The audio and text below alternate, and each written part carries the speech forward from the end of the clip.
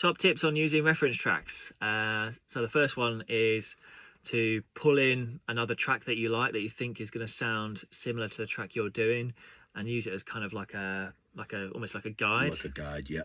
Yeah. So first tip is when you pull the track in, if you just pull the audio in so you can see arrangement and see stuff like this, always make sure you lower the track to play the same volume as yours. That track's been mixed and mastered and stuff, so you always make sure your level of your track you're working on is the same as that level. Yeah. That's a good tip, because you're just going to be able to, you're going to overcook yours if you try to keep up to a mastered track. Yeah, you can do that when you come to your main channel. You can use like a referencing tool like this adapter. It's pretty good. You can get. We've got some of our other tracks in here that we like. They're all our own. Yeah. And so you can like A/B them that way, Yeah. or you can use stuff like this True Level and kind of see if it's in the same ballpark. Yeah. So yeah. Yeah. And then finally is to find a few tracks you like.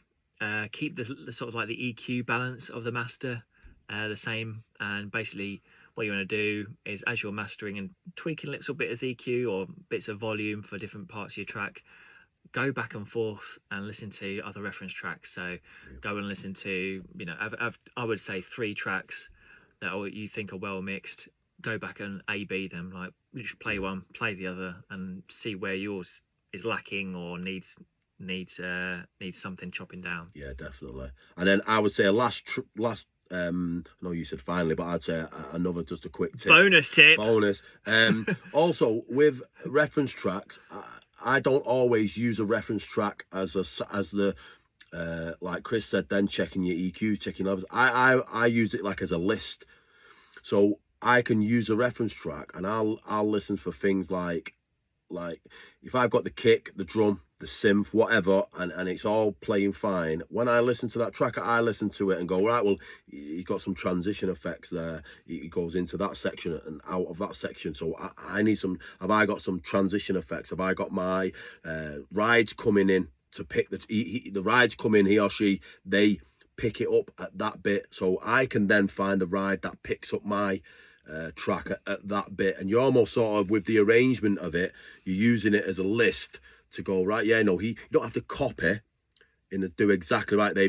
You can find a different downshifter, but this is all the sort of generic stuff that'll add the extra 10% to your track. You don't have to use the same type of downshifter. Use a sort of downshifter into the next section, or a riser.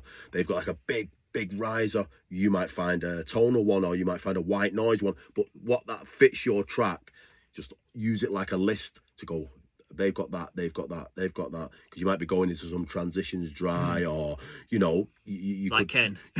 can drop some, but you can also drop some bits out that you overlook, like taking 2 or 3 your kick drums out before the next section comes over. Things like that are dead easy to miss out, but if you listen, they're important, because it just signifies subconsciously in the ear, there's a change coming for the next section, and sometimes you forget about that. So you can use your reference track as almost like a list, a checkpoint list, to say, have I done that, have I done that, and it'll stop your track sounding boring. Yeah, it's not stopped ours. Ours are pretty shit. But yeah.